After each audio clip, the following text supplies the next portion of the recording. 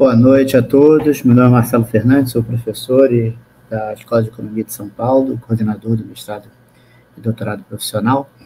E é meu prazer estar aqui hoje recebendo Rodney Reis, da Avalia Systems, Gabriela Bertol, da Oliver Wyman, e Pedro de Bortoli, do Saxo Bank.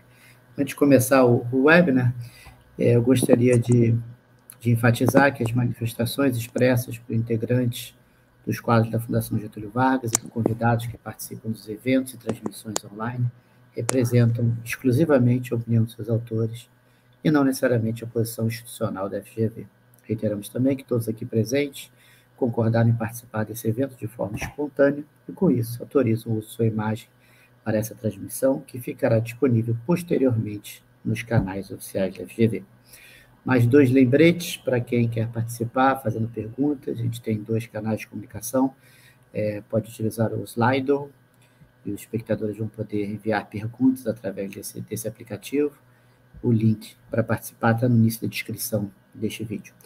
E o segundo canal é o canal do LinkedIn, porque essa transmissão também está live no LinkedIn, e por lá pode fazer comentários diretamente, a gente consegue monitorar as perguntas e repassá-las para nossos palestrantes de hoje.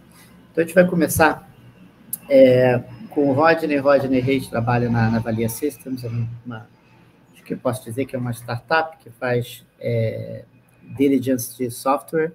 É uma coisa bastante inovadora, especialmente aqui no Brasil, né, que a gente não tem muito contato. Eles têm feito trabalhos super bacanas, né, para iFood e outras startups aí grandes. Eu sei que o Rodney falou para mim antes de começar aqui um monte, esqueci todas, ficou só o iFood que foi a primeira, então eu vou fazer essa apresentação meio curtinha sobre o Rodney. Ele vai fazer uma apresentação meio que para nivelar um pouquinho o terreno, falar um pouquinho de aplicações de blockchain, mostrar uma aplicação aqui ao vivo. Depois a gente passa a bola para a Gabriela. Gabriela era da equipe da Oliver Wyman e tem liderado essa parte de Digital Assets aqui no Brasil. Recentemente participou do Lift Challenge do Banco Central. Eles foram desagraciados aí para um projeto, né, um projeto super bacana, utilizando tecnologias disruptivas para crédito rural. Ela vai falar um pouquinho dessa experiência. Depois a gente passa para o Pedro. O Pedro trabalha no Saxo Bank, que apesar de ter bank no nome, é quase uma startup de tecnologia, porque eles têm uma tecnologia impressionante. E aí depois a gente começa o bate-bola, o bate-papo quase que de botequim aqui, que a gente gosta de fazer. Tá bom? Vamos começar então com o Rodney. Contigo, por favor. Obrigado, Marcelo. Bom, vamos começar, vamos tentar dividir aqui um pouco alguns conceitos, e a ideia que a gente teve quando a gente estava preparando era conversar um pouquinho de blockchain. Blockchain é uma coisa um pouco mistificada, a gente desmistificar um pouco esses conceitos, tornar talvez um pouco mais acessível. Então, quem já conhece bem, talvez seja uma passada rápida e não muito profunda, mas para quem não tem muita intimidade, pode ajudar com alguns termos. E daí depois mostrar como é que a gente, dentro da nossa empresa, bem rapidamente, teve uma ideia, um conceito e criou uma aplicação no blockchain para uso próprio, fora da área de especulação. Então, indo realmente como usar o blockchain, quais são ideias, e é uma tecnologia nascente que tem muitas ideias surgindo, muita coisa surgindo, e nessa explosão câmbria aí, né, de ideias e inovações vão pintar, e já estão pintando, alterações importantes no uso da sistema distribuído de finanças.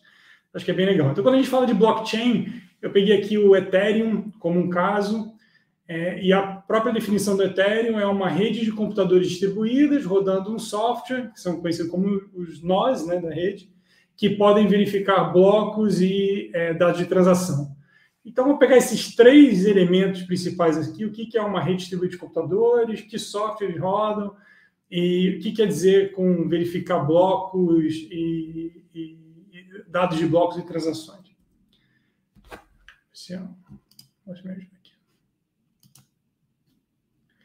Então, isso aqui é uma rede distribuída de computadores. É na Islândia.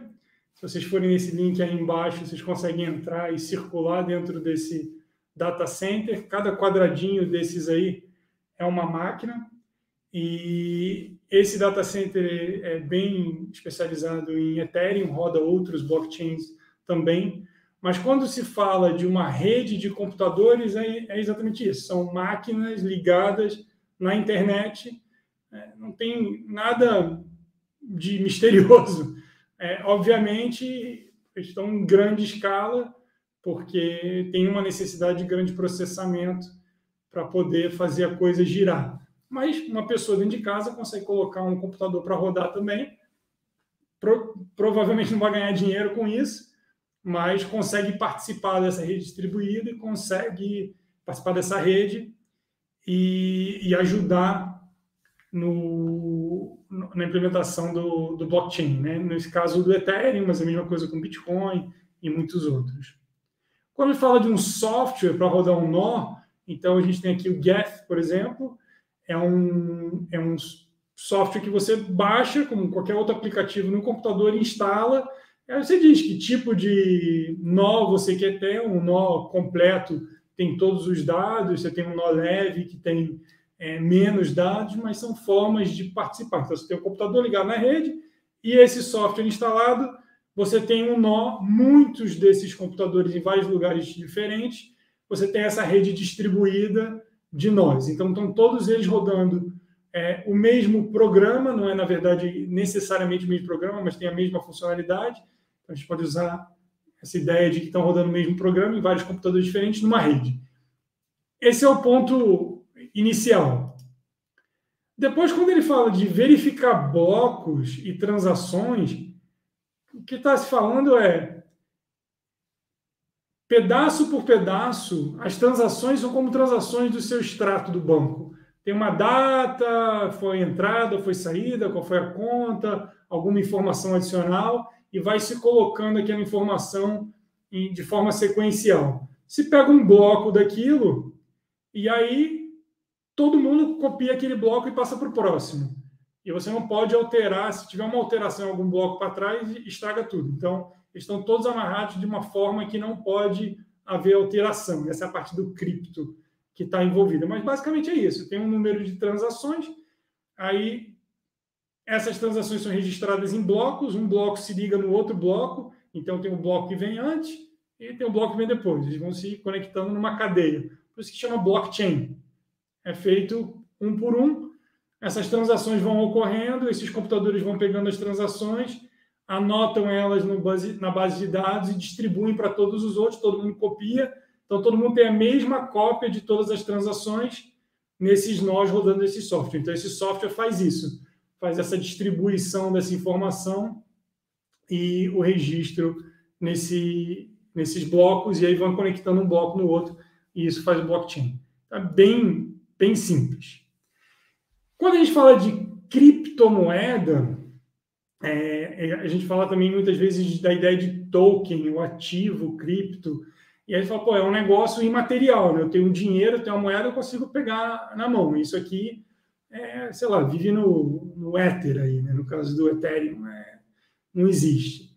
Mas a realidade é como se você pode imaginar um token de fliperama. Eu pegava o dinheiro, comprava um token de fliperama, ficava com aquela moedinha lá, podia jogar flipper, ou podia falar, não vou mais jogar, passava para o amigo dava o dinheiro de volta. Então, dá para trocar o dinheiro pelo token e o token pelo dinheiro. Hoje em dia, o nosso dinheiro fica numa conta no banco, fica naquele extrato.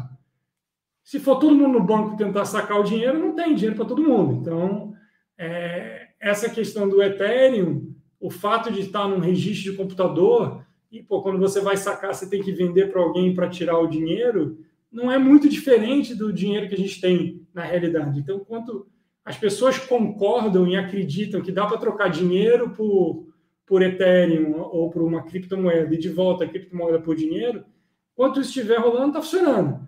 E eu tenho um pouco de cabelo branco, eu lembro na época do Cruzeiro, né? Cruzeiro novo, cruzado. Pessoal, aquilo ali era volatilidade, inflação alta. Então, mesmo a moeda que que em inglês chama fiat, né, seria uma moeda fiduciária em português, uma moeda corrente.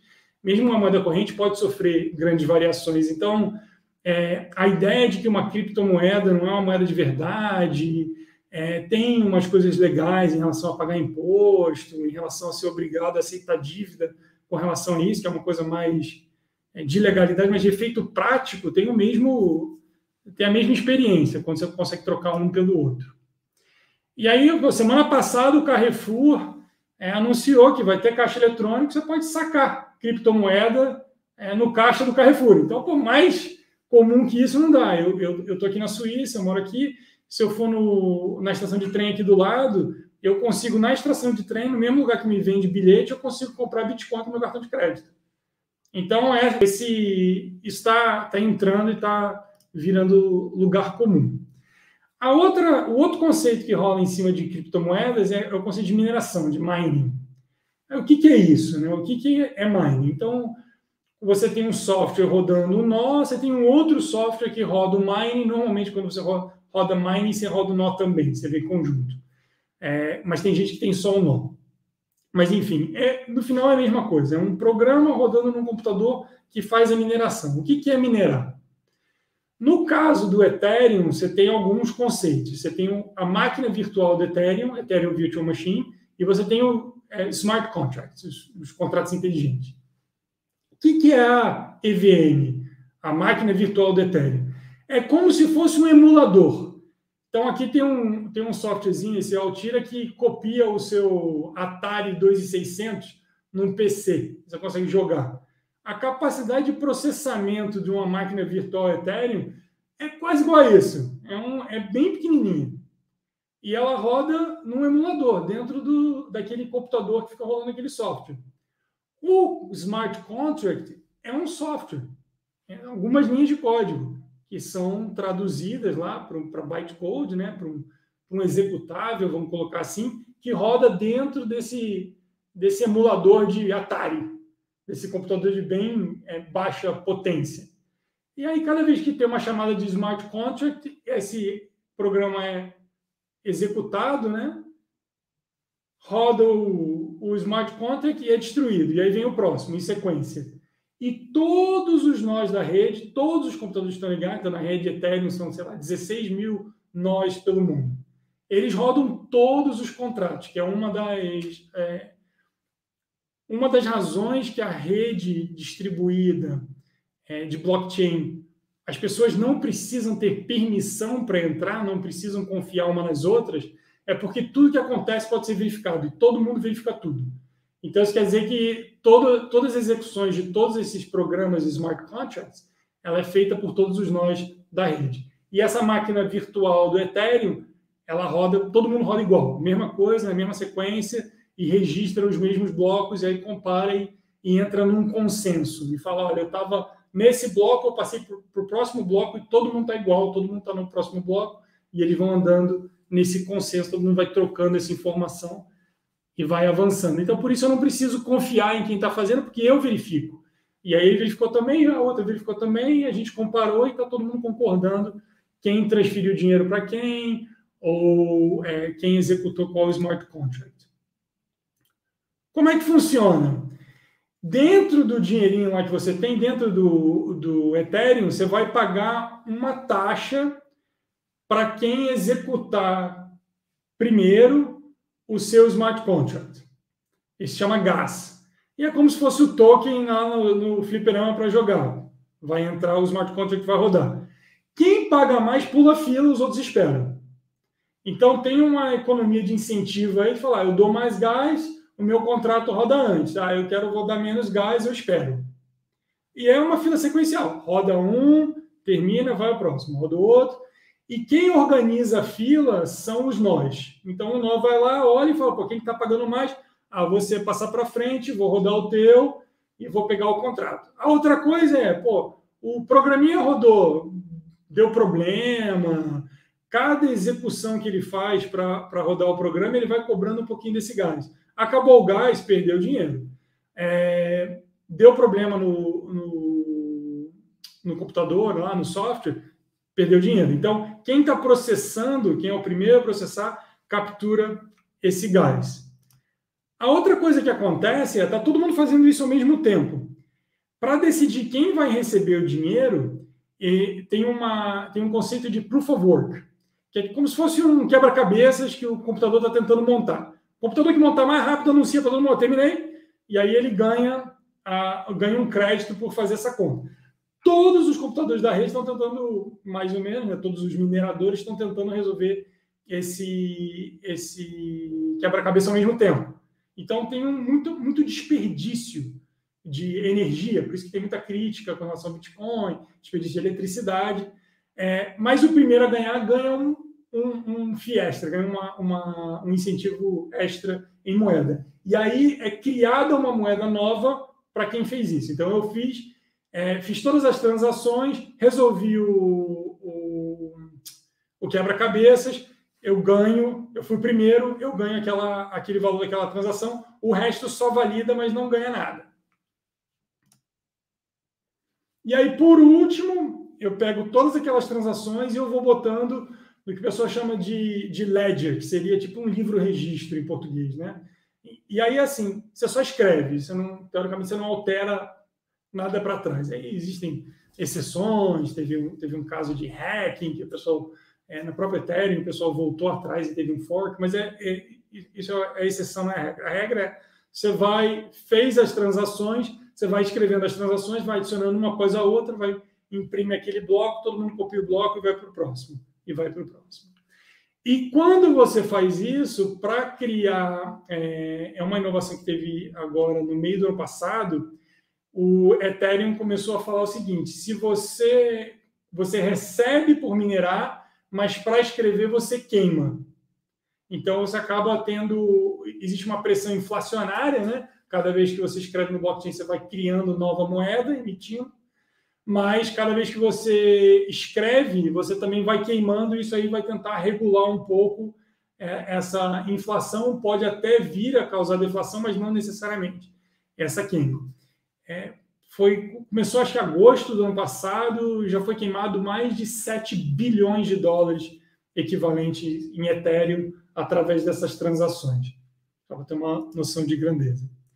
Tem um outro conceito que é Proof of Stake. Então, o Ethereum agora, na segunda metade do ano, vai mudar dessa questão de todo mundo ficar tentando resolver esse quebra-cabeça matemático para uma coisa que chama Proof of Stake. Proof of Stake é como se fosse uma rifa. Você compra Ethereum e aí você tem casinha. E, vai sorteando rifa, vai sorteando rifa, vai sorteando rifa. Quanto mais casinha você tem na rifa, mais você vai receber. Então, vai virar quase que fosse um juros sobre o seu investimento. É teoricamente aleatório, por sorteio, mas dá uma distribuição no longo prazo, dá uma distribuição proporcional ao que você investiu na rede para ganhar a tua rifa. Então, como se fosse uma atrás da outra rodando, e fica mais proporcional, fica muito mais eficiente. Então, o que a gente fez? A gente pegou e falou, vamos criar uma aplicação, tem um problema que a gente estava discutindo internamente, e vamos usar o blockchain.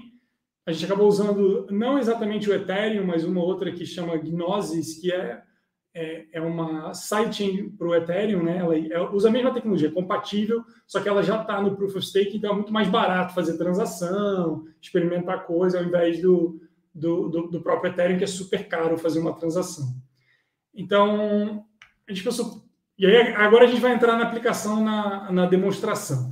E todo problema que a humanidade tem alguma lenda grega por trás. Então, qual era o problema que a gente estava querendo? A gente queria incentivar as pessoas da equipe, a gente tem toda semana uma cerimônia que a gente fala, obrigado por isso, obrigado por aquilo, e a gente estava pensando, quando as pessoas trocam de emprego, quando elas saem, elas perdem isso, elas perdem esse reconhecimento.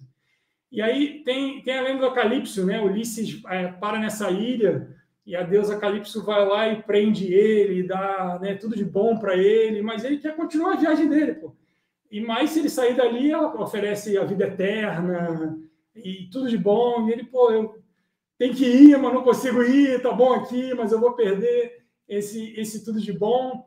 E a gente pensou, como é que a gente prende os funcionários? Como é que a gente prende a nossa equipe? Porque se eu mudo de emprego, eu perco todo o reconhecimento de tudo de bom que eu fiz. E se eu pudesse levar esse reconhecimento? Como é que eu torno essa minha reputação imortal? No blockchain. Então, aí a gente criou uma ideia um pouco lúdica de fazer o seguinte: vamos dar para todo mundo, em vez de dar uvas maravilhosas ou uma deusa, vamos dar milho. Cada pessoa recebe um tanto de milho e aquele milho não serve para ela fazer nada além de agradecer alguém. E como é que ela agradece alguém por uma contribuição? Ela pega o milho e manda para uma frigideira. Essa frigideira é um smart contract. O milho é um token, que também é uma forma de smart contract, e a frigideira é um outro smart contract, que pega o milho e transforma em pipoca. E aí a pipoca chega para quem você está agradecendo, e quem está agradecendo pode trocar essa pipoca por prêmios. E como está no blockchain, eu posso levar todos os agradecimentos, todos os reconhecimentos embora para qualquer lugar que eu for, vai estar sempre ali, e posso levar minha pipoca também para qualquer loja que aceite trocar pipocas por prêmios. Então, como é que funciona? A empresa vai lá, bota o cartão de crédito numa crypto exchange, no Brasil, até a Coinbase estava querendo comprar a mercado Bitcoin. Até conheci o pessoal do mercado Bitcoin um tempo atrás, pessoal super bacana. E aqui na Suíça a gente usa o Montpellier, por exemplo. Então você vai lá, bota seu cartão de crédito e troca franco suíço, no caso, por XDAI, que é a moeda que é o Ethereum do Gnosis, né? Como é que funciona isso? Então tá aqui, ó, Montpellier, eu chego aqui, eu falo, olha, eu quero comprar 10 francos suíços. Se for em Bitcoin, o cartão de crédito, né? Eu tenho uma certa taxa lá de conversão. Aí tem várias moedas aqui. A outra vantagem do XDAI é que é um stablecoin. Então, um XDAI é mais ou menos $1. Está sempre amarrado. E aí eu consigo, boto meu cartão de crédito e rapidamente eu recebo isso na minha carteira. Então, eu faço a transação, boto o cartão de crédito lá. Na transação, ele me cobra o gas, né, aquele token que é para o minerador receber por ter executado a minha transação. Então, quando eu olho aqui, eu tenho, né, uma certa comissão e etc., que está sendo cobrada para cobrir isso aqui. E aí eu entro nesse blockchain da Gnosis e, no caso, você precisa de uma carteira digital. Então, o MetaMask é um plugin do Chrome, né? Você registra e aí ele cria a tua carteira digital que você leva no próprio computador. Agora, como é ao vivo, vai ter que dar algum pepino no meu MetaMask. Bom, enfim, o computador tá vindo. Então, por exemplo, eu estou aqui na conta, estou no Gnosis, eu tenho 4 XDAI, né? Tenho meus ativos aqui. Eu também tenho na mesma carteira Ethereum, por exemplo. Tem aqui um pouquinho de Ethereum e um pouquinho de Gnosis. É importante saber que as pessoas não são identificadas no blockchain. A identificação está nas contas. Você pode ter quantas contas você quiser e o acesso à conta se dá pela tua senha, pela tua chave criptográfica. Quem tem a chave tem acesso. É como se fosse como era antigamente na Suíça, uma conta numerada. Entendeu? Hoje em dia não tem mais isso. Então, esse é o primeiro passo, transformar de dinheiro para cripto. Aí, o segundo passo, você vai transformar, que agora você está no blockchain, você vai transformar o XDAI da sua carteira, vai mandar para um smart contract, que é o da fazenda, e esse smart contract vai capturar o XDAI e vai emitir milho, corn. E esse corn é um smart contract de uma certa especificação, que é esse ERC777, que define tokens. E aí, na sua carteira, você passa a ter esses tokens. Essa transação é feita por uma aplicação web. Então, como é que é essa aplicação web? A gente vai lá no nosso endereço, popcorn.avalia.eu, e tem lá. Ele fala, pô, você quer comprar? Vamos comprar. Eu tô meio duro, a taxa de conversão aqui é fixa, um XDAI compra 7 corns. Eu aperto aqui, ele abre a minha carteira. O que ele está fazendo? O meu browser, que é o meu Chrome, está indo falar com o meu servidor aqui na Suíça e o meu servidor está falando com o blockchain. E aí está falando, ó, vai rolar isso. Aí o blockchain está falando com a minha carteira, com o MetaMask. Está falando, ó, eles querem fazer essa interação aqui. Tá vendo? Você vai ter que pagar um pouquinho de gas. Então, aqui é bem eficiente, então é bem barato. E aí você vai poder executar essa transação e trocar um XDAI, que é $1, e comprar 7 milhas, 7 corn. Aí eu falo, beleza, vamos lá, eu tenho... Manda ver. Aí foi para a nuvem, foi para o blockchain e está sendo processado agora. No meio tempo, eu vou na minha carteira pessoal aqui. E você vê que na minha carteira eu tenho 4.900 corns, 4 XDAI e 6 popcorns. O pessoal não comemora muito comigo, não. Você não manda muito popcorn. Mas eu tenho bastante corn para mandar para eles. E aí, o que está acontecendo agora? Houve essa transação, o smart contract está rodando, né, junto com um bloco, então está esperando para ser transacionado para um bloco, alguém está resolvendo um puzzle, e a hora que resolveu o puzzle, ele vai lá e executa todas as transações juntas e espalha para todos os computadores naquele bloco.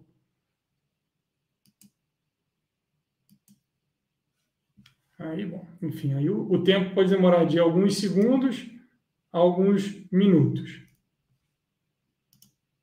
No meio tempo, enquanto o blockchain faz isso, a gente volta para a nossa história aqui. Então, beleza, eu fiz isso, agora eu vou ter corn lá na minha carteira. Então, eu vou sair dos meus 4.900 e vou ter 4.907. Eu comprei mais um. Legal. Eu não consigo fazer nada com corn. Eu só consigo dar os parabéns para os outros. Então, o próximo smart contract que eu vou chamar, pelo meu aplicativo web também, vai ser, olha, eu quero mandar corn para uma pessoa. Então, Alice vai mandar para o Bob. Olha, Bob, vou te mandar popcorn. Eu não mando corn para ele, eu mando corn para o contrato, para o smart contract. O smart contract fica com o milho e emite pipoca. E manda pipoca para o Bob lá. Para fazer isso, de novo, eu tenho que mandar um pouquinho de gas para quem está operando o blockchain executar. Então, como é que eu faço isso? Como é que eu faço isso? Eu vou lá e falo, olha, eu quero mandar os parabéns para alguém. Vamos ver alguém que não tem muito popcorn aqui. Vamos pegar o Olivier, por exemplo. Eu vou falar, o Olivier tem 74 popcorns. Eu quero dar kudos para ele. Quando eu falo kudos, aqui eu estou abrindo uma interface web que vai se comunicar com o meu smart contract do frying pan, da panela. Eu vou falar, quantos corns você quer mandar para ele? Vamos mandar 16 para ficar redondo ali. Vai dar 80, 90, 26, né? Vou dar 26 para ele ficar chegando no 100. Por que eu quero mandar o kudos? Ele fez um trabalho legal aqui nesse aplicativo. Aí eu tenho algumas opções. Extra mile, great teamwork, business impact. Por que eu não boto um texto? Porque o que eu mandar nesse contrato vai estar no blockchain para sempre. Então, eu também não quero ninguém vazando informação confidencial. Pô, parabéns pelo projeto com o cliente tal. Não pode. Então, aqui a gente limita as opções. Obrigado aí pelo teamwork. Tem a carteira dele, ele tem várias, aliás, né? Não sei nem qual que ele está usando aqui. E aí eu mando o kudos para ele. De novo, vai chamar a minha carteira digital. Para quê? Para tirar os meus corns e transformar em popcorn. Então, ele está falando aqui, olha só, eu vou te cobrar um gas para fazer isso. Pode fazer? Como eu ainda tenho, né? Eu tenho 4 DAI ali, 4,061, e o valor vai flutuando. Eu tenho que confirmar, senão sobe, desce, dependendo da demanda que tem na rede. Aí está falando, transação em progresso. Então, daqui a algum tempo, isso aqui vai se atualizar e ele vai ter 100 popcorns lá. Beleza. Agora, o Bob recebeu lá o popcorn, é a parte final. Com o popcorn, ele consegue trocar por um outro smart contract, que é o e-store, que é o comércio eletrônico. Ele consegue dar popcorn e aí comprar alguma coisa que ele queira. Então, aqui entra no mundo real. Então, no nosso caso, a gente tem aqui uma loja, e aí a gente fala, pô, 45 popcorn tem uma barra de chocolate, 160 tem uma caixa de chocolate, 420 mil pode levar a nossa cachorrinha, mas não mesmo. E isso tudo vai parar lá no blockchain. Então, ó, legal, tá vendo aqui? Ó, o Olivier agora está com 100 corns. Eu mandei um tanto, né? Então eu tinha 4.900, eu baixei um pouco e agora o Olivier está aqui. Como isso foi parar no blockchain, a gente tem um registro. Então, eu mandei kudos para o Olivier, great teamwork hoje, mais cedo eu estava testando para ver se tem um problema aqui. E aí ele tem o registro no blockchain. Quando eu clico, eu vou... Isso aqui é lá no Gnosis. Esse Block Scout vai lá e lê o blockchain e apresenta. Isso aqui está no mundo, nunca mais se apaga, enquanto esse blockchain existir.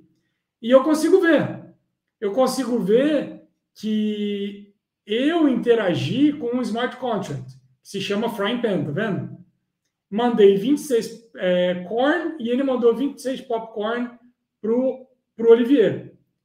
Se eu clicar aqui, eu entro no contrato. Então, aquele registro que está no blockchain, isso aqui está lendo aquele registro e está mostrando, ó, aqui é o smart contract do Frying Pan. Né? Quais são as transações que rolaram? Eu tô vendo, eu consigo inclusive ver em qual bloco ele foi processado. Então, eu consigo entrar aqui e ver, pô, quantas transações tiveram nesse bloco? No momento tiveram 3 transações. Foi o próprio Gnosis que executou o validador, né? O computador que rodou isso pertence a Gnosis. Eu consigo ver qual é o deles, né? Quais são as transações que foram feitas, as outras transações. Então, vai ter o meu aqui, tá vendo? Ó, minha transação aqui, corn, popcorn, mas tem outras transações que tem nada a ver comigo, que foram feitas nesse bloco e agora estão no blockchain. E vai ter um bloco antes e vai ter um bloco depois, em sequência. Tá vendo? Aqui tem o próximo bloco e o bloco anterior. Isso aqui para sempre vai estar amarrado. Então, você vai vendo as transações, você vai vendo as taxas que foram pagas, o que foi queimado, quanto de tip, né, quanto de fee foi feito. Se eu entrar no próprio validador, que é esse nó da Gnosis, eu vejo tudo que eles fizeram, essa máquina, esse computador, quanto dinheiro ele já fez. Então, eu vejo aqui a história de todas as transações e todas as vezes que ele... nesse caso aqui é proof of stake. Então, ele não resolve aquele quebra-cabeças, ele tem, como é a própria Gnosis, ele tem bastante share, ele vai ganhar bastante. Então, você vê que eles vão acumulando, aí de tempos em tempos, 44 mil coins, eles vão lá e dão uma zerada, e aí começa a acumular de novo. Então, você vê todo esse histórico de transações, quanto foi feito e tudo mais. Tudo isso está no blockchain. A outra coisa que eu acho legal de ver é quando a gente volta lá no Frying Pan. Deixa eu voltar aqui. Acho que eu pulei demais. Então, estamos aqui, né? Esse aqui é o contrato do Frying Pan.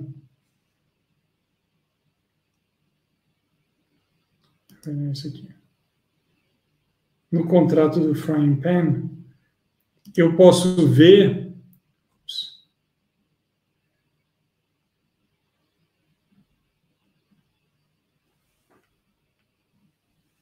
Estou no Frying Pan.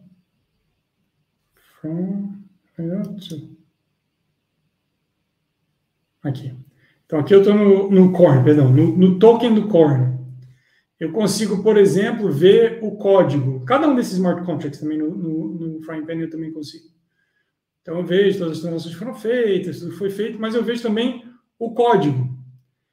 O código fonte desse programa tem 70 linhas. E a maioria é comentário.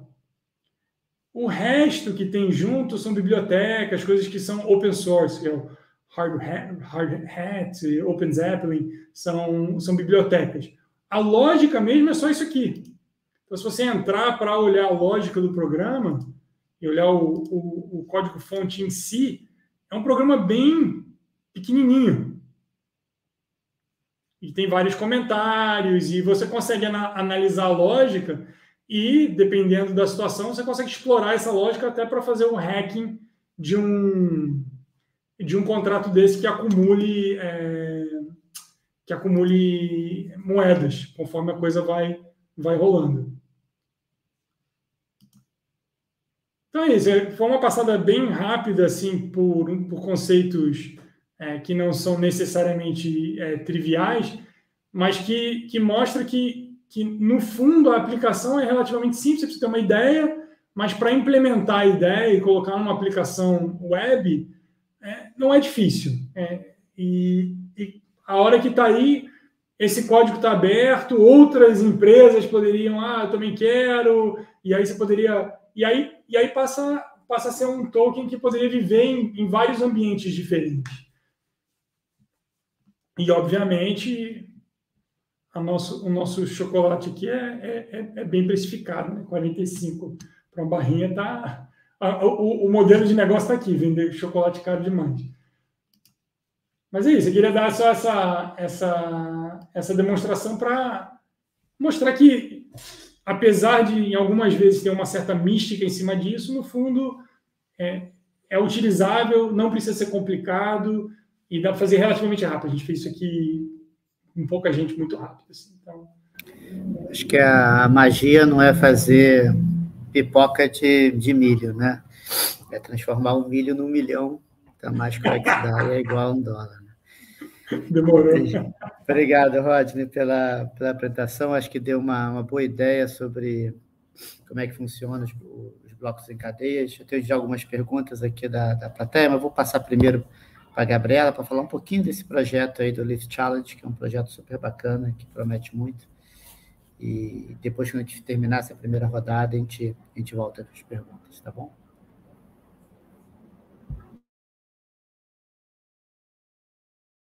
Sigo no mudo aqui. Opa, agora saiu do mundo. Bom, boa noite, pessoal. Prazer estar aqui com vocês.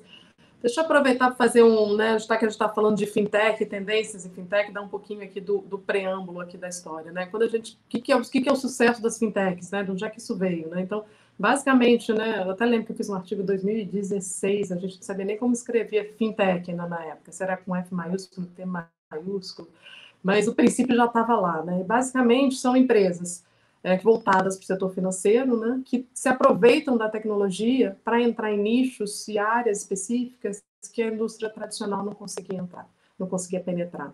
Então, basicamente, resolver alguns problemas que não estavam sendo resolvidos pela indústria tradicional, ou acessar nichos da população, ou tipos específicos de clientes que, por algum motivo ou outro, estavam sendo subatendidos pelo setor financeiro.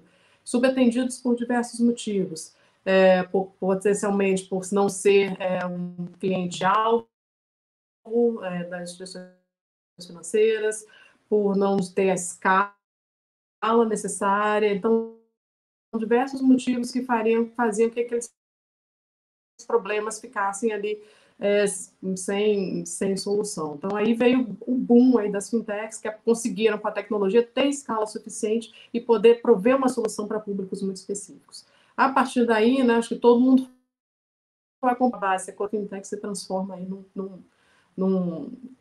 deixa de ser um disruptor para ser efetivamente um grande player aí ao lado das outras empresas.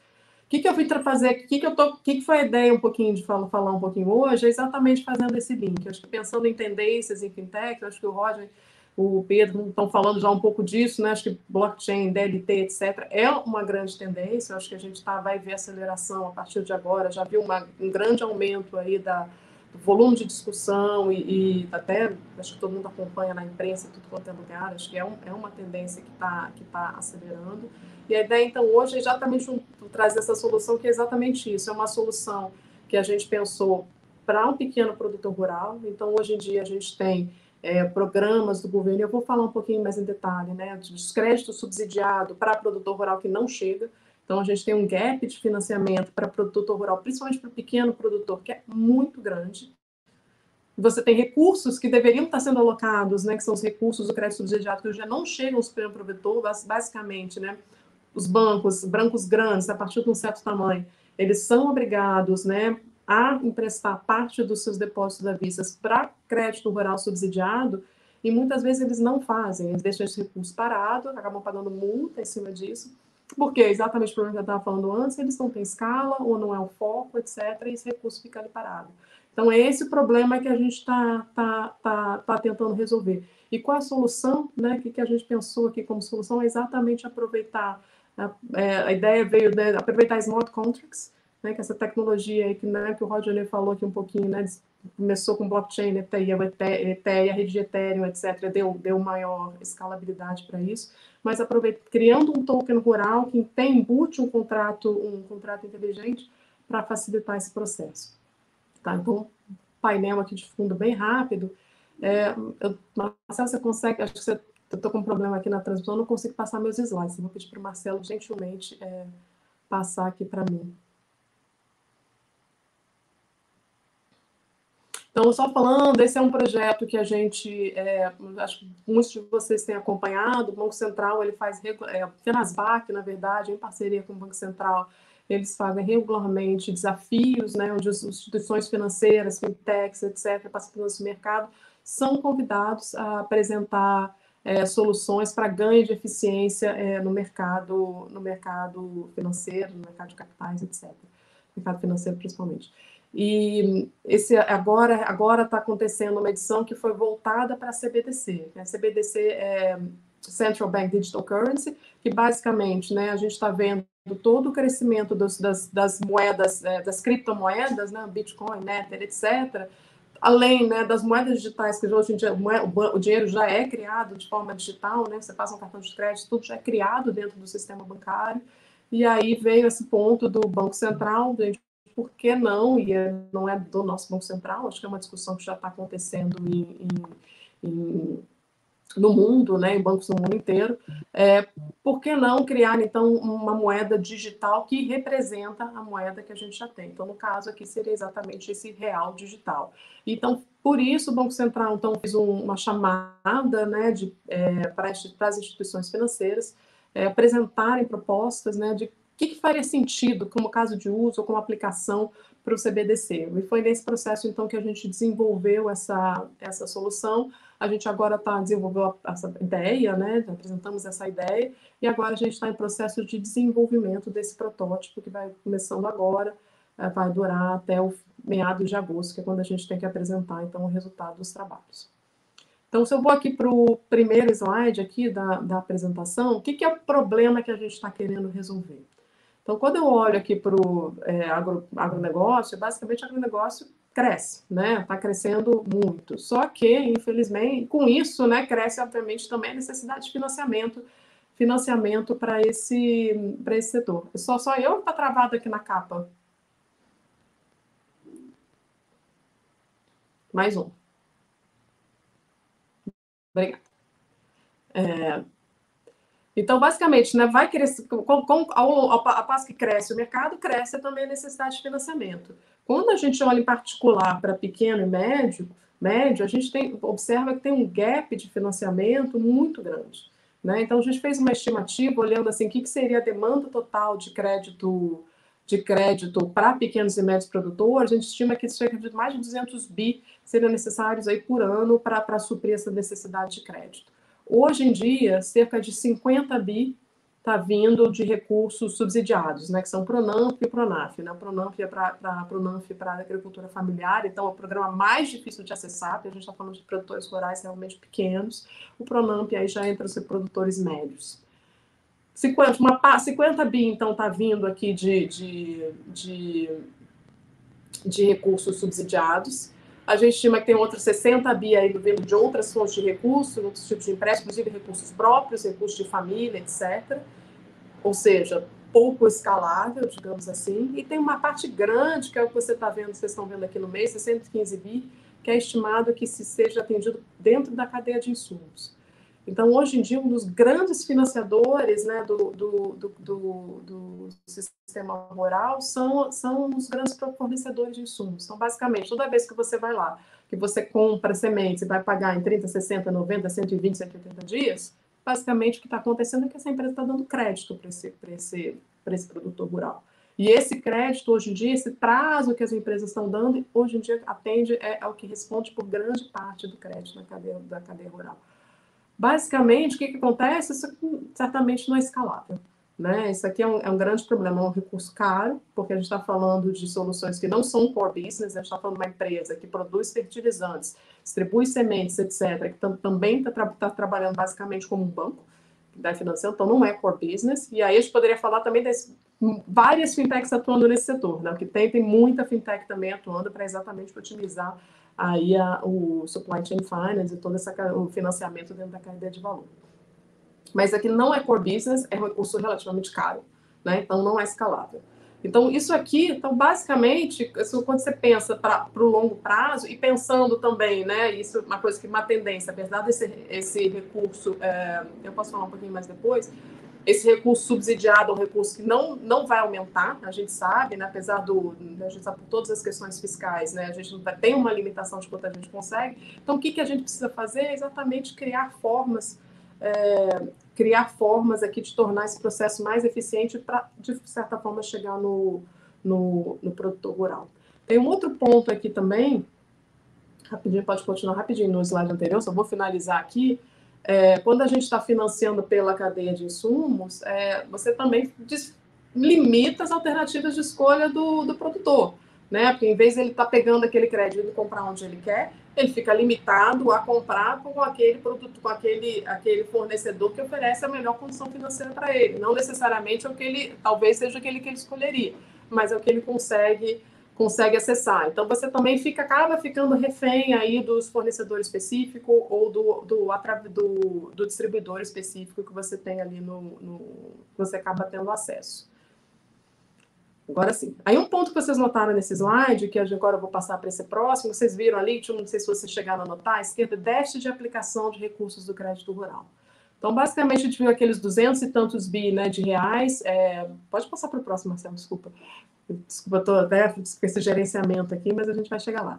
Esses 200 e tantos bi de reais que você precisa financiar, boa parte vem dos recursos direcionados, mas uma parte desse recurso direcionado nem chega.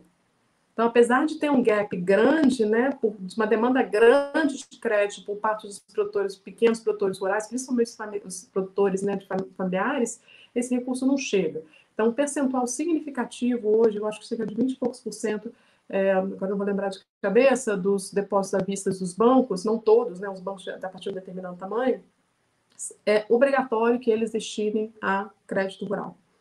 Tá? E aí tem todas as regras, é super complexo, tem todas as regras que você precisa cumprir. O que acontece? Essas regras são super complexas, né? Então, você pensa num banco grande, que é o canal de distribuição desse banco, num banco tradicional, que é o foco, né? Porque a gente está falando de bancos grandes. É agência, né? Você está falando de produtores rurais que estão assim espalhados por todo o Brasil. Você não tem capilaridade, muito provavelmente. Poucos bancos têm essa capilaridade. Você não tem escala. Você não tem, talvez não tem o foco. Então você não tem os seus processos preparados para isso. É super complexo o processo que você tem que fazer, não só para você ter que chegar no produtor, você que tem que trazer esse produtor para dentro, você tem que fazer toda a avaliação de crédito, e depois você tem isso aprovado, você depois precisa fazer todo o monitoramento do que o recurso foi aplicado da forma correta. E isso fica por parte dos bancos que dão esse recurso. Então, é extremamente custoso para as instituições financeiras, quando a gente está falando de um público que, apesar de ter uma demanda enorme de crédito, é um público que vai estar pegando um crédito a juros baixos, né, porque é um recurso subsidiado, é extremamente caro para o banco lidar com todo esse processo por trás.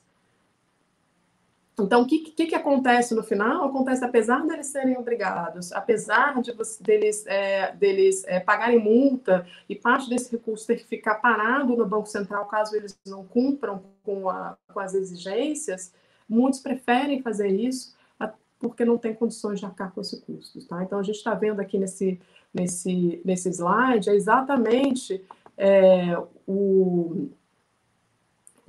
o tamanho da deficiência e do déficit de aplicações do crédito rural obrigatório.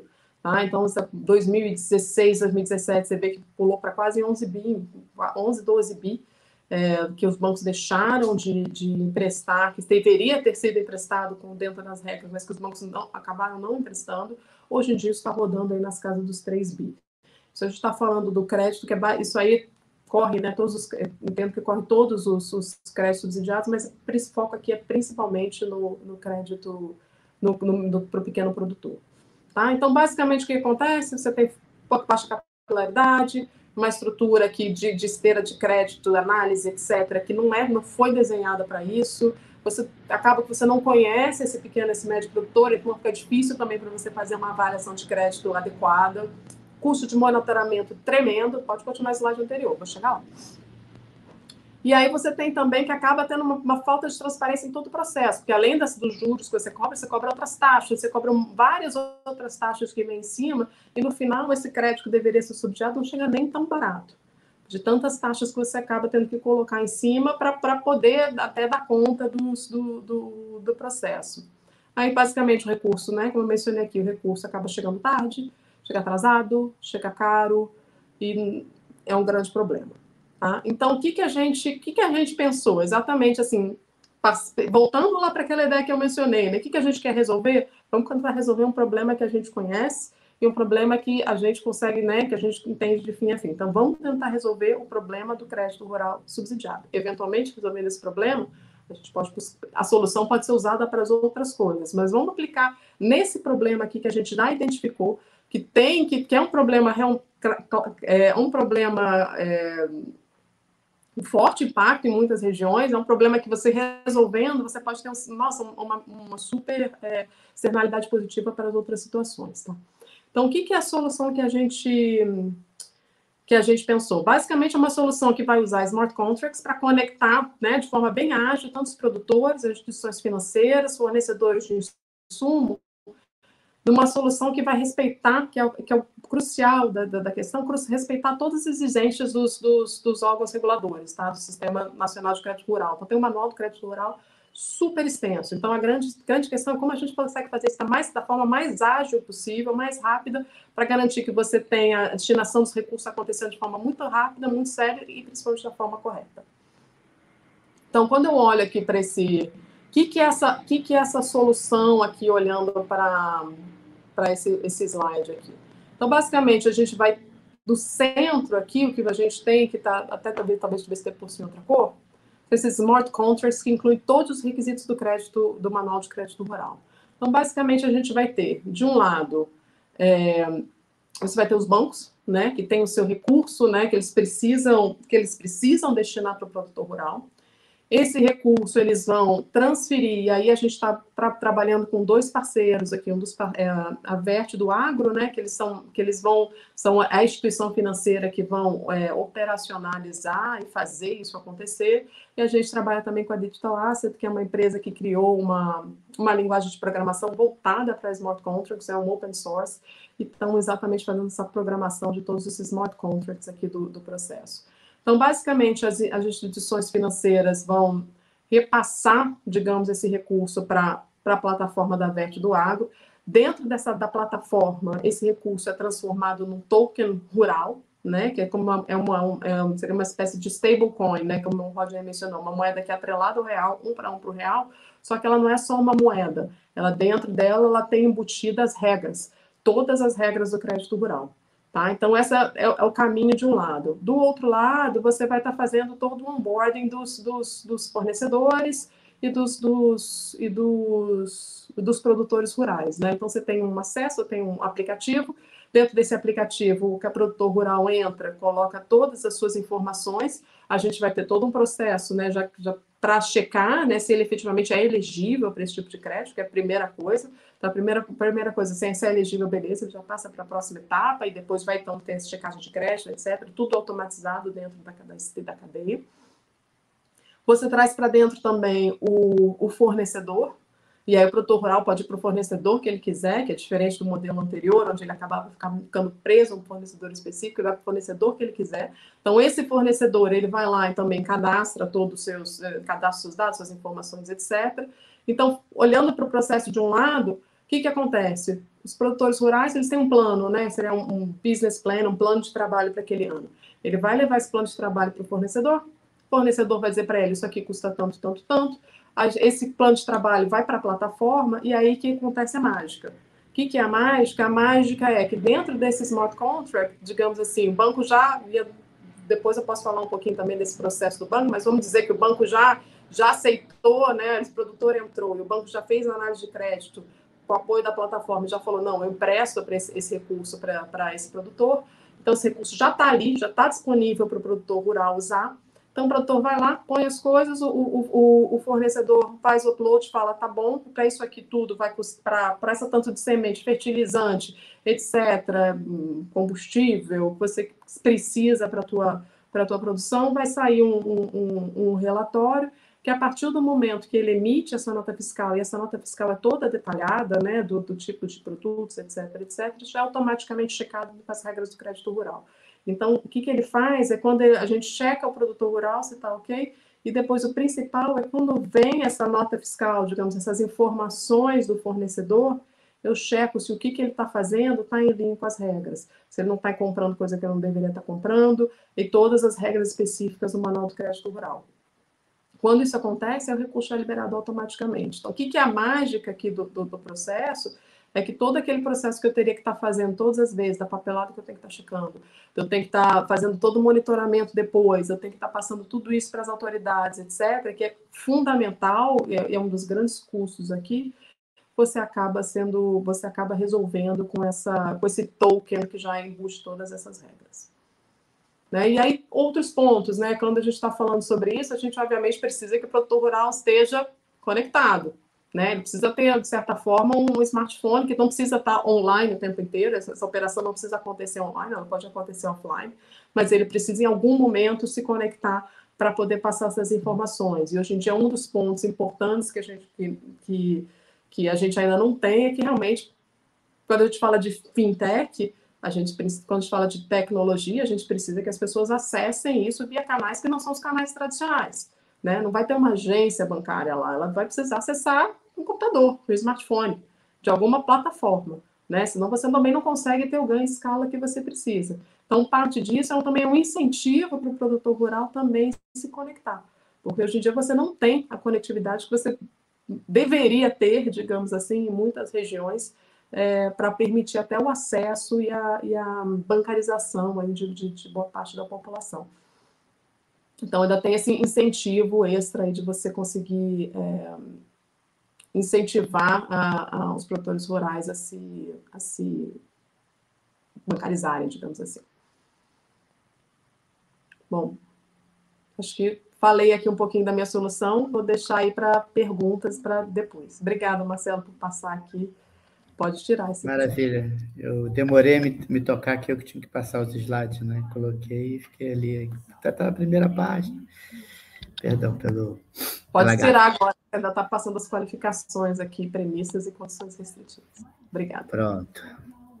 Vamos passar, então, a bola agora para o Pedro, para ele fazer essas considerações, primeira rodada de considerações iniciais, e aí depois a gente volta aí um pouquinho para as perguntas da plateia. Eu já estou vendo que a gente não vai conseguir terminar hoje, só em responder as perguntas da plateia, então a gente vai ter que marcar uma segunda rodada em breve para falar sobre essas coisas.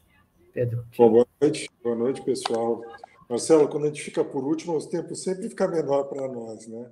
Mas eu acho que foi super importante esse início, né?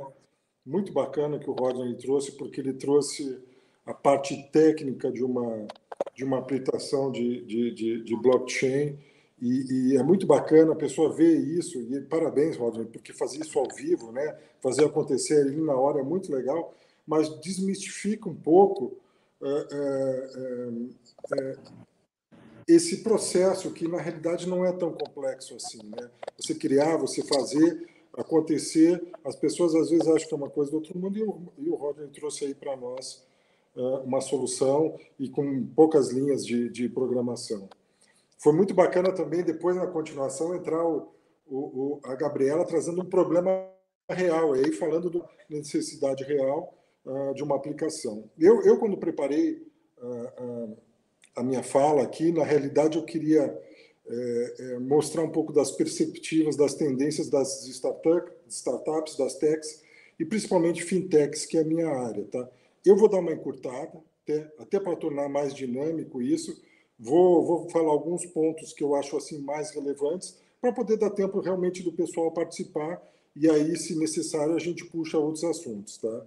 Então, eu dei uma olhada geral nas consultorias, nas principais discussões, né? Quais são as tendências para as fintechs que nós temos aí para 2022? Né? Sempre olhando para um prazo relativamente curto, porque dentro das possibilidades é muito difícil olhar muito para frente. Né?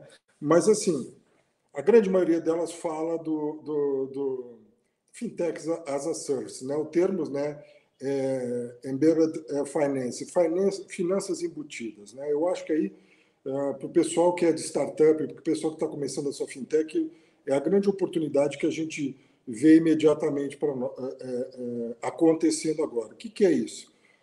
São empresas especializadas em pequenos módulos de soluções, tá?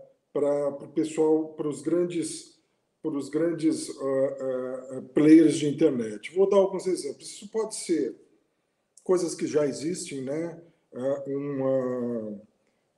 A selfie para confirmar ID, isso é bem tradicional hoje nas contas de banco. Pode ser uma esteira de crédito, que já usa um pouco da parte de infraestrutura hoje do Open Finance, que pode te dar possibilidades diferentes. Isso é uma ferramenta específica que as pessoas vão precisar, que as empresas vão precisar. Pode ser soluções mais completas. Hoje, por exemplo, eu vou comprar eu quero comprar uma raquete de tênis lá fora.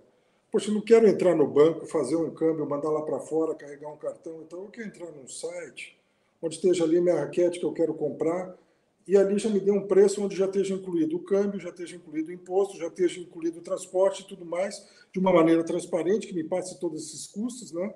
Mas assim, que esteja tudo resolvido por esses pequenos módulos, por essas pequenas soluções que facilitam não só a vida do consumidor, como também dos players que estão na internet. E, principalmente, essas soluções, elas têm que ser codeless. O que é isso? São linguagens de alto nível. O teu consumidor, né, as grandes empresas que vão usar esses módulos, essas pequenas soluções, eles têm que ter uma ferramenta que facilmente eles consigam transformar as condições dela sem ter necessidade de voltar na tua empresa e pedir um desenvolvimento. Então, tem que ser uma ferramenta já, uma linguagem de alto nível, de codeless, para poder achar facilitar esse dia a dia dinâmico, ágil e muito rápido que as empresas têm hoje para ter essas soluções. Então, essa é uma tendência que, se você olhar os relatórios, as consultorias e tal, 9, eu diria 10 entre 10 falam disso, né? A modularização. Né? Eu comentei rapidamente, né, mas aí tem uma oportunidade muito grande na parte de infraestrutura no Brasil, né, que hoje nós temos o PIC e o Open Finance. Né? Então, dados financeiros abertos com pagamento instantâneo. Né? Isso vai trazer muita possibilidade de criação de soluções. Pode ser nesse segmento de finanças embutidas, né? Ou pode trazer outras soluções. Né? Então, é uma coisa que o pessoal tem que ficar atento. Com relação à fintech, existe um movimento, eu acho até que foi criado pelos VC, pelos Venture Capital, que nas suas teses de investimento, eles estão procurando muitos propósitos, né? Então, o ESG, né, é um propósito que está acontecendo bastante. Então, existe um segmento muito forte que são as fintechs verdes, né? Propondo soluções, propondo investimentos com destino para ESG, né? E aí entra até, a gente está vendo muitos casos agora entrando para o lado das criptos, dos NFTs. A gente vê algumas soluções de NFTs para você ter parte de uma floresta amazônica para preservar, você ter algumas coisas também na parte de geração de energia eólica. Então, essa é uma outra tendência que eu acho que é importante, que vai ter muita oportunidade, e quem tiver com apetite para desenvolver pode ganhar bastante mercado. Tá? Um tema que eu acho que é importante, que a gente chegou a comentar antes, eu estou sendo bem rápido, pessoal, justamente para a gente poder passar para a próxima fase, mas depois, na próxima, Marcelo, eu posso explorar todos esses temas aí com mais detalhamento, né? Um tema que a gente chegou a comentar na nossa primeira conversa, antes de fazer esse webinar, é essa aproximação entre o cripto e o mercado tradicional, né? Quebrar um pouco essa barreira, né? A Gabriela trouxe um exemplo excelente, né, de como resolver um problema, né? Eu acho que no Brasil existe uma vontade importante, eu acho que tem que comentar isso, né? Os reguladores, como o Banco Central e a CVM, criaram um sandbox justamente para estimular isso. Isso é muito importante para nós, né? Inclusive o Real Digital, né, que a Gabriela comentou, e eu acho que ela pode falar muito mais sobre isso do que eu. Mas, assim, então, essa tendência, né, de o Crypto as a Service, querendo ou não, mesmo na apresentação do Rodney, sendo uma coisa relativamente simples, né, você criar uma aplicação, mas é para quem é da área. Mas para quem não é da área, né? Então, eu acho que existe uma oportunidade muito grande, e já está acontecendo, né, de empresas de cripto fazendo soluções B2B, né, para as corporações poderem trazer acesso para a grande massa para investimentos ou soluções em cripto, né, desmistificar um pouco o negócio esse da wallet, dos problemas de segurança e tudo mais, que realmente traz uma insegurança muito grande para as pessoas, né? Então, aí eu acho que tem um segmento que tem muita oportunidade, né? Já tem alguns casos acontecendo, inclusive as corretoras brasileiras se usam desses serviços internacionais, os bancos já estão usando, algumas empresas com meios de pagamento, mas eu acho que isso deve entrar de uma maneira muito forte. Então, quem estiver disposto a investir nisso aí, pode ter boas oportunidades, né, nesse mercado. Bom, tem um mercado aí, eu estou fazendo bem bullet points, né?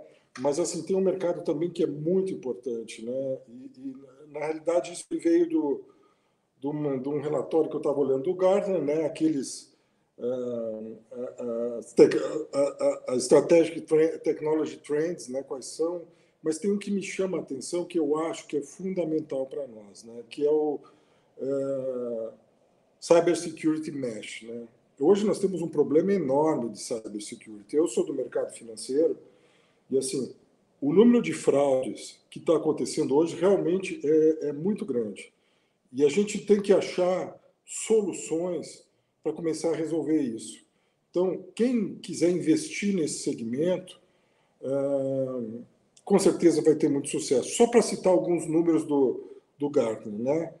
Em 2023, 75% da população mundial vai estar abaixo de alguma lei de proteção de dados, tá? Então, as companhias têm que proteger os dados dos seus clientes, tá? Em 2025,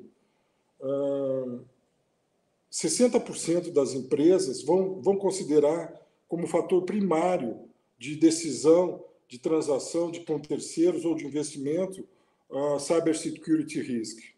Tá? Então, isso é muito próximo, isso é muito importante, e as empresas vão olhar para isso para ver como que os potenciais parceiros ou os potenciais investidas estão fazendo essa sua segurança. Tá? E 2025, também números do Gartner, né? 30% das nações vão ter algum tipo de regulação, tá? Para esses pagamentos de resgates de empresa que tem seus dados sequestrados e tem que pagar resgate. E essa regulação pode incluir multas, né, por uma falta de segurança no seu próprio processo, tá? Porque não é só o sistema da empresa, são os dados dos clientes. Então, por si só, esses dados já mostram que isso é uma tendência muito grande. Eu acredito que hoje esse é o maior problema que a gente tem, né? Essa velocidade tão grande de ir para o digital, mas, ao mesmo tempo, essas grandes fraudes que estão acontecendo.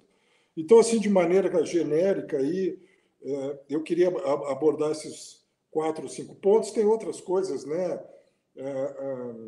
Os super apps, a hiperpersonalização, tem outras tendências assim, mas eu acho que esses aqui são os principais pontos, até para dar tempo aí do pessoal fazer algumas perguntas e tal, e a gente já está com 1h20 aí de webinar, então no próximo a gente explora um pouco mais, tá, Marcelo? Maravilha, é isso mesmo. Então, deixa eu começar a puxar aqui umas perguntas aqui da audiência, até porque elas vão muito na linha da tua fala. Então, vou começar aqui com as perguntas da Renata Garcia Lima. Ela tem várias perguntas, algumas foram respondidas, inclusive, no próprio chat aqui do Slido, mas eu vou mudar um pouquinho a ordem que elas chegaram para começar com esse teu ponto, né? Então, basicamente, a grande preocupação da Renata são fraudes, são invasões na máquina, né? Então, deixa eu colocar aqui. Se um anticristo invadir essa máquina, Ethereum, por exemplo, e roubar tudo de lá, como é que fica o investidor? Em quanto tempo eles teriam de volta os seus investimentos? Qual é o nível de segurança jurídica e tecnológica que temos atualmente para confiar? Se esse nível de segurança jurídica e tecnológica que a gente tem hoje, atualmente, é suficiente para confiar em criptomoedas? Esse aqui a gente pode pular. E uma outra pergunta, só para terminar nessa parte jurídica, se todas essas criptomoedas são legalizadas no Brasil e como é que a gente consegue se livrar do crime de evasão de divisas. Ou seja, a grande preocupação aí da Renata é exatamente sobre essa parte de fraude, invasão, de cybersecurity. Como é que vocês veem isso? Agora a gente muda um pouquinho, começa com o Pedro, depois a gente passa a bola para os outros. Assim, existem vários layers nisso aí, né? Então, o Rodney, quando ele comentou, ele falou, por exemplo, o Ethereum tem 16 mil pontos de confirmação. O que quer dizer isso? Uma transação ela só é validada quando a maioria desses pontos tem o mesmo registro. Então, vamos dizer, por exemplo, um hacker entra num nó desses de confirmação de transação e muda. Fala que as criptos do Marcelo foram para Gabriel. O que vai acontecer? A rede dos outros 15.999 pontos, ela não vai confirmar essa transação. Então, automaticamente, esse ponto ele é excluído. Então, por si só, esse controle descentralizado, ele traz uma segurança para a rede em si, a rede dos registros. Então, nesse layer básico, eu acredito que é muito seguro. Entretanto, aí entram os outros layers, que são as empresas que se apoiam nessa rede centralizada para prover os seus serviços. A gente tem visto, né, alguns projetos, né, pode ser algumas empresas de games que têm cripto, pode ser alguma corretora de cripto, pode ser algum outro serviço baseado em cripto. Esses, sim, estão mais suscetíveis porque eles fazem uma concentração, né? São mais suscetíveis ao hacker, né? Por isso que se cria o wallet, né? As wallets é justamente isso. É como se fosse uma carteira ou portador onde você tira do sistema e guarda na sua wallet. Então, normalmente, o que as pessoas fazem? Quando a gente vai comprar uma cripto, eu pego a minha wallet, que pode ser a MetaMask, que o Rodney mostrou, mas pode ser uma cold wallet, que é como se fosse um pendrive que eu guardo comigo, como se fosse a carteira do meu bolso, tá? E aí eu saio dela, faço a minha transação e depois eu retorno para ela. Então, assim, Existem alguns riscos, né, de burlar, mas eu acho que os riscos são tão compatíveis com os riscos hoje que a gente tem nos sites e no sistema financeiro. É evidente que no sistema regulado as empresas têm uma responsabilidade com relação ao seu cliente, né? Mas, então, é assim, dependendo do layer, você vai ter mais segurança ou não. E eu acho que é justamente esse comentário que eu fiz, né? Quando você vai para o... Existe o risco também por desconhecimento, tá? Só para completar. Às vezes a pessoa não sabe realmente o que está fazendo, né? E passa o acesso da sua wallet para alguém, né? Então, quando eu falo de Crypto as a Service, é realmente arrumar soluções especializadas para se conectar com o mundo real, onde as pessoas não tenham que interagir tanto ou tenham que ter tanto conhecimento para ter uma solução segura. Eu vou te dar um exemplo. Se um banco oferece uma exposição e ele contrata uma empresa terceirizada para usar essa cripto, tá? A pessoa vai ter um nível mais de segurança aí no meio, tá? Mas é um mercado que está evoluindo muito, tá? E normalmente os problemas de segurança acontecem muito mais nas máquinas pessoais, nos acessos pessoais, do que nas grandes empresas. Mas é evidente, as pessoas têm que procurar realmente os grandes fornecedores, as grandes corretoras, para ter e pesquisar realmente o que são mais seguros. O mesmo acontece com lojas digitais, por exemplo, que a gente vê aí, a gente entrando, achando umas lojas, umas pechinchas super baratas e depois não existe nada, você não recebe nada e fica na mão. Eu não sei se eu respondi. Qual que era a outra? Não, acho que tá bom. Deixa eu passar, então, para a Gabriela.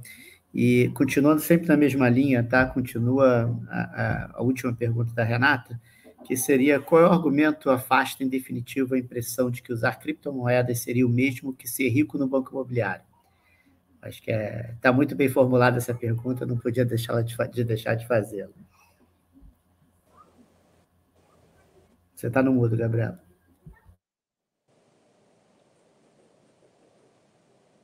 Você está no mudo aí. Gabriela, você...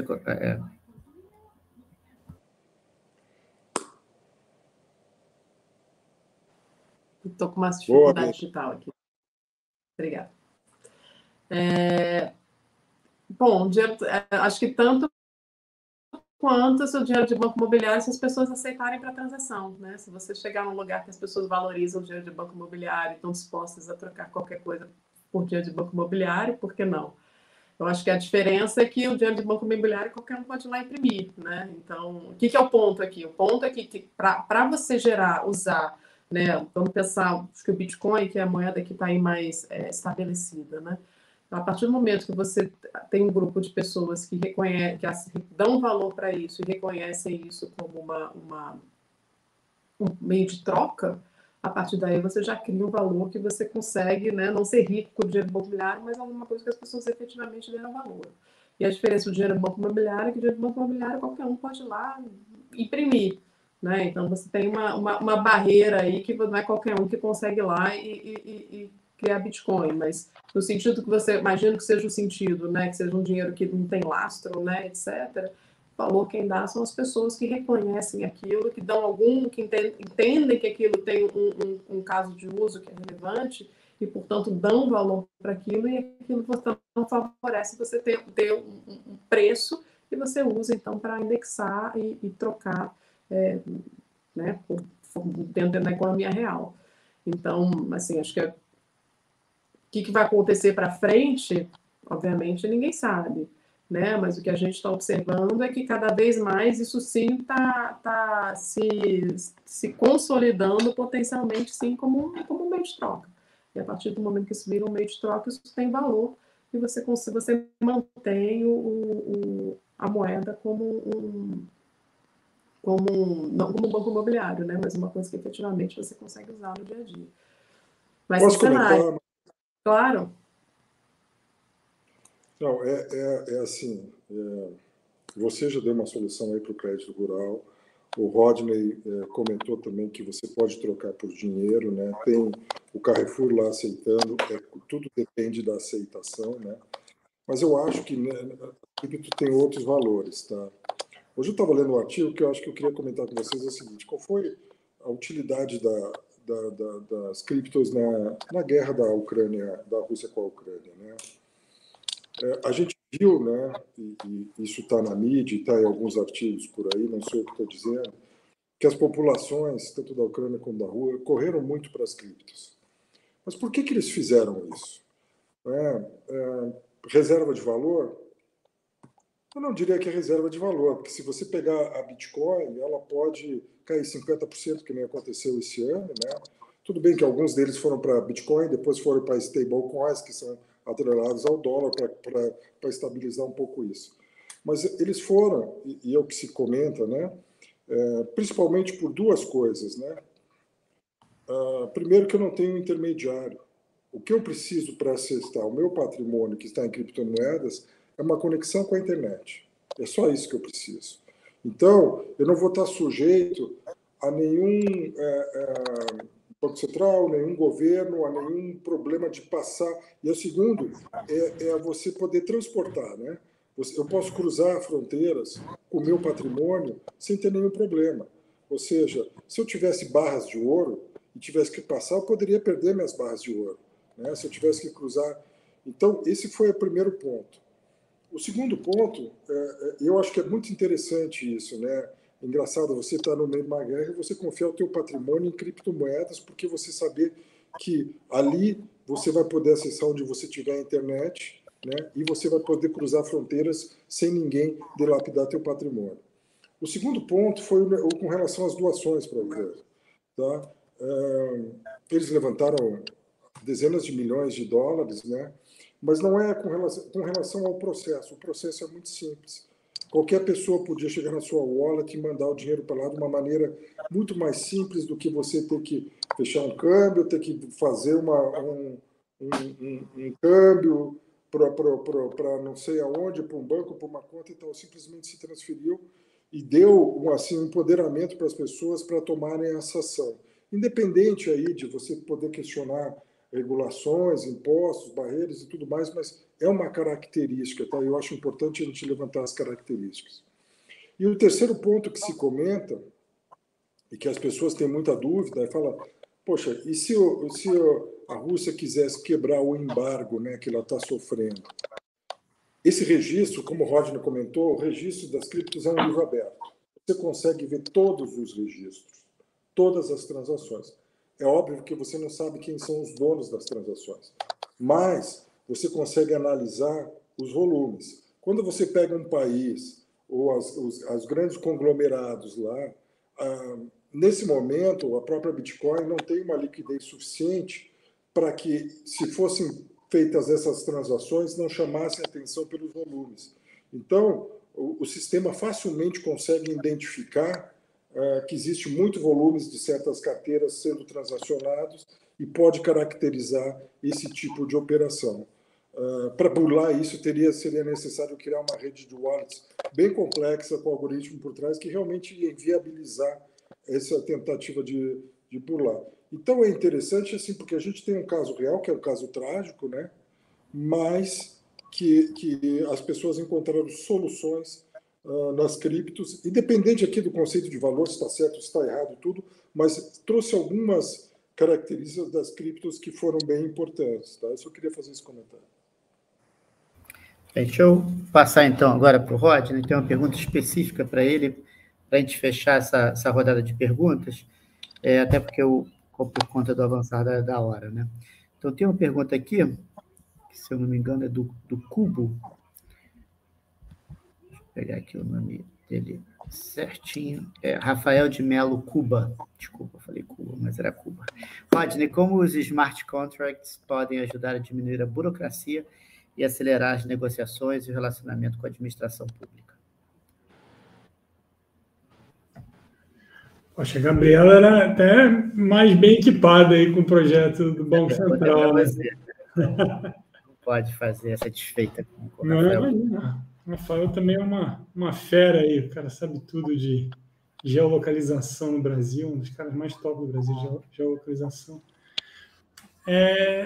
Cara, assim, os contratos são relativamente simples e é software, né? Então, você está vendo burocracia, você tem que preencher certos requisitos, você padroniza isso e libera o acesso a todo mundo.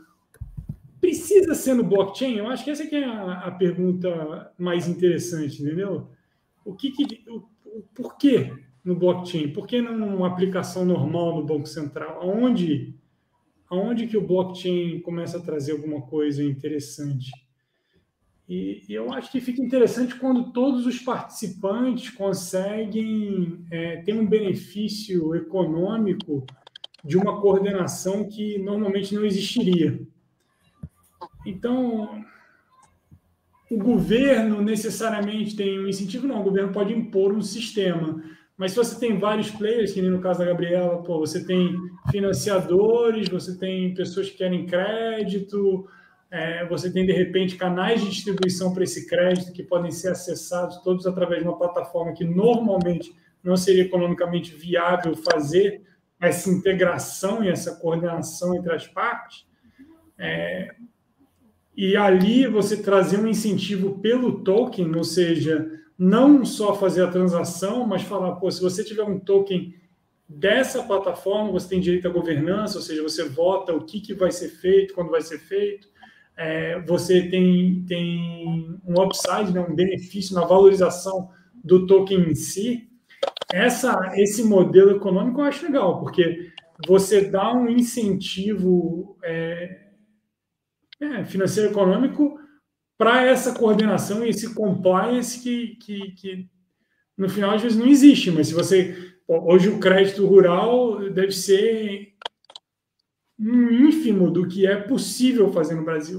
Então a penetração deve ser super pequena, o potencial é enorme.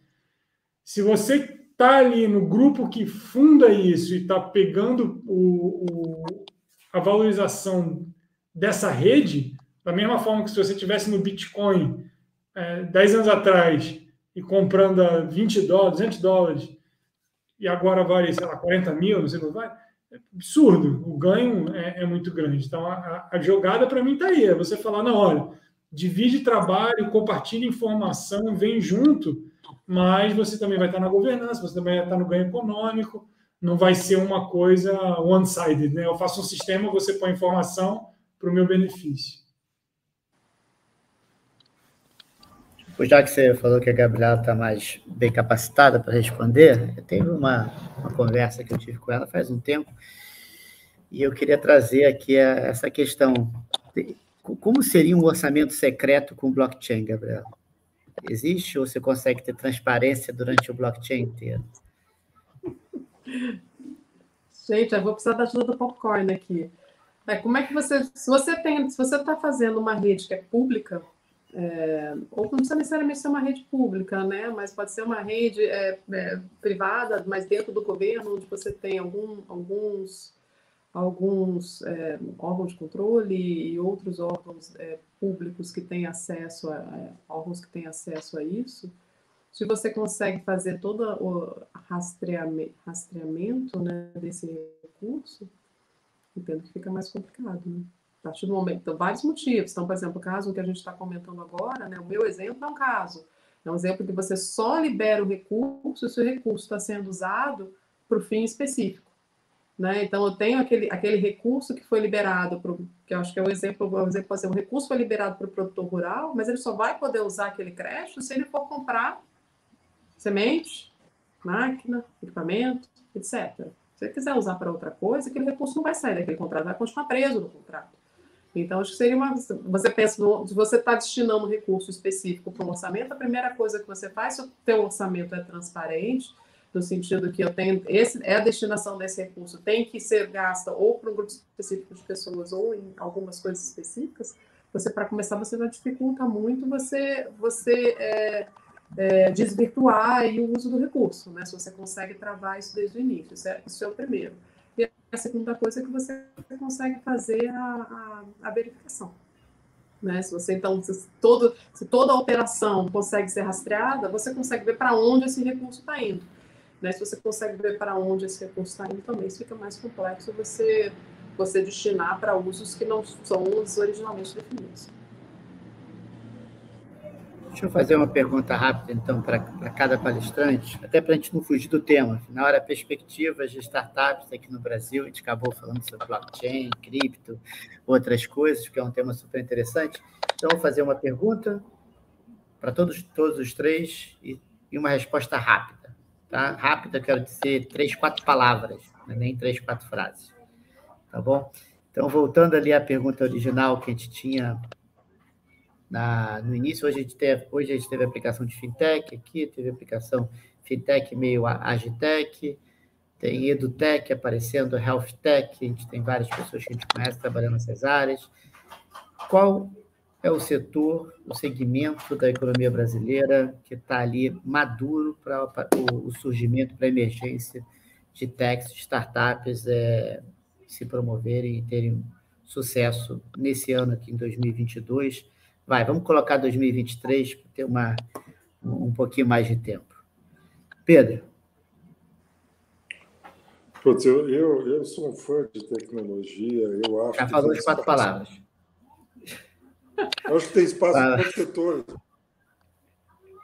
Estão todos um setor, diz um setor aí. Você continua apostando em fintech, healthtech, edtech, agitech? O que você diria? Eu acho que cybersecurity é um que está necessitando de cybersecurity. Boa. Rodney? Cara, eu botaria seguro, saúde,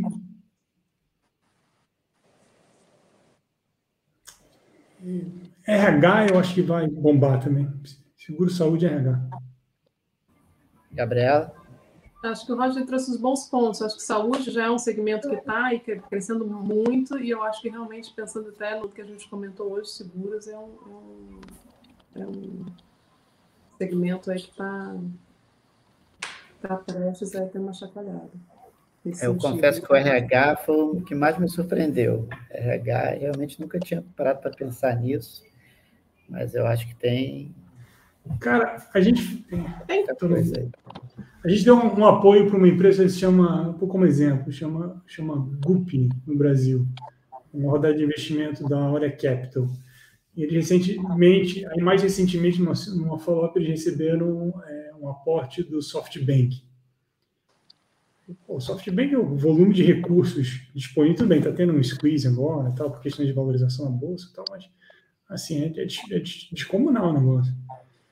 E quando você pensa na necessidade de pessoas, o que o Pedro está falando assim, eu preciso de gente, eu preciso de cybersecurity. Cybersecurity precisa de gente.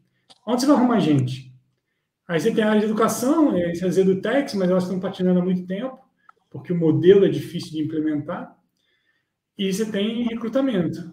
E recrutamento é um problema de otimização que, é mal resolvido pra caramba. Um monte de gente querendo trocar de emprego, 75% das pessoas dizem que querem trocar de emprego, e um monte de vaga aberta. E as vagas das pessoas não se encontram de forma eficiente. Então, acho que tem coisa interessante aí.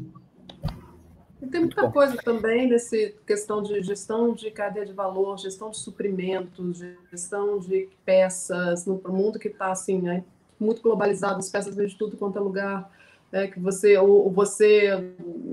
precisa entender como é que é feita a manutenção de avião, tem 1000 coisas que ainda você tem, o pessoal está começando a olhar para a aplicação de DLT e blockchain para isso. Assim, já está começando, não, já tem muitas coisas rodando, mas ainda tem muito espaço, porque tem um tremendo aí ganho de eficiência e informação que é importante de ser gerada nesse processo que a gente se perde. E eu acho que nessa oportunidade que o Rodney falou de RH, não é só encontrar pessoas, é formar pessoas, né? O RH está num passo a mais. A gente entra nas empresas para aprender, né? Então, não é mais antes que nem antes você tinha uma profissão e aí ia procurar emprego. Agora você tem um emprego para você aprender, para você se formar, você está todo dia recebendo muita informação. E a gente vê muito vaga aberta ou sendo ocupada que não tem pessoas qualificadas e isso aí vai gerar problema, como já está gerando, né? Tem alguns casos aí que a gente já discutiu. E então o RH tem esse desafio aí.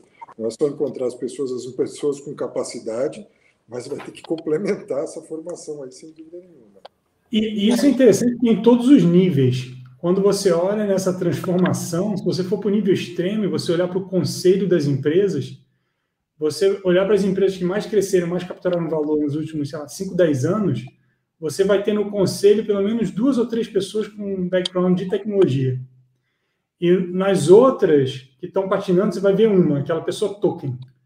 O cara ou a mulher abre a boca, a pessoa abre a boca para falar de tecnologia, ninguém entende e morre. Abre a boca para falar de finanças, tem 3 ou 4 que, não, pô, eu tenho opinião sobre finanças, reverbera. Então, vai de cima até embaixo essa falta realmente de conhecimento da conexão do negócio com a tecnologia, porque é muito fácil falar, não, pô, tecnologia não preciso saber. É como ter uma construtora, não precisa saber de prédio, não precisa saber de obra. Opera hospital, não precisa saber de saúde. Mas todo mundo opera tecnologia e todo mundo acha que não precisa saber de tecnologia. É a receita para o desastre. E aí, só para fazer uma provocação até aqui para o ambiente que a gente está, não sei se o Marcelo vai gostar muito, mas um ambiente que está próprio também é de educação superior. Né? Será que você precisa entrar numa faculdade, fazer 4, 5 anos para provar e desenvolver o conhecimento? Ou você pode pegar um curso em Harvard, no MIT, um curso remoto aqui, um curso remoto ali, tudo isso está dentro dos tokens, eu carrego o meu currículo no blockchain, todo mundo está vendo as minhas certificações no blockchain, eu construo o meu currículo, eu construo o meu conhecimento da forma que eu quero construir, da forma que eu acho interessante, eu já tenho eu provo o meu valor por aí. Então, você obviamente tem, né, um curso superior, tem toda uma questão de networking, etc., mas para a construção do conhecimento, será que eu preciso passar 4, 5 anos numa faculdade ou eu vou capturando os meus tokens ao longo da vida e nesse processo de educação continuada, né, trazendo isso para o meu currículo digital? Maravilha. Eu acho que esse é um ótimo ponto para... Desculpa, Pedro, acho que é um ótimo ponto para a gente terminar, que a gente passou um pouquinho da hora, que a gente termina com uma provocação e, assim, obrigatoriamente a gente tem que voltar para continuar essa mesa redonda mais tarde. Eu agradeço a todos pela participação, em especial a Gabriela, Pedro e o Rodney, e eu espero poder contar com vocês na próxima vez. Um grande abraço a todos, uma boa noite. Boa noite. Obrigado, tchau.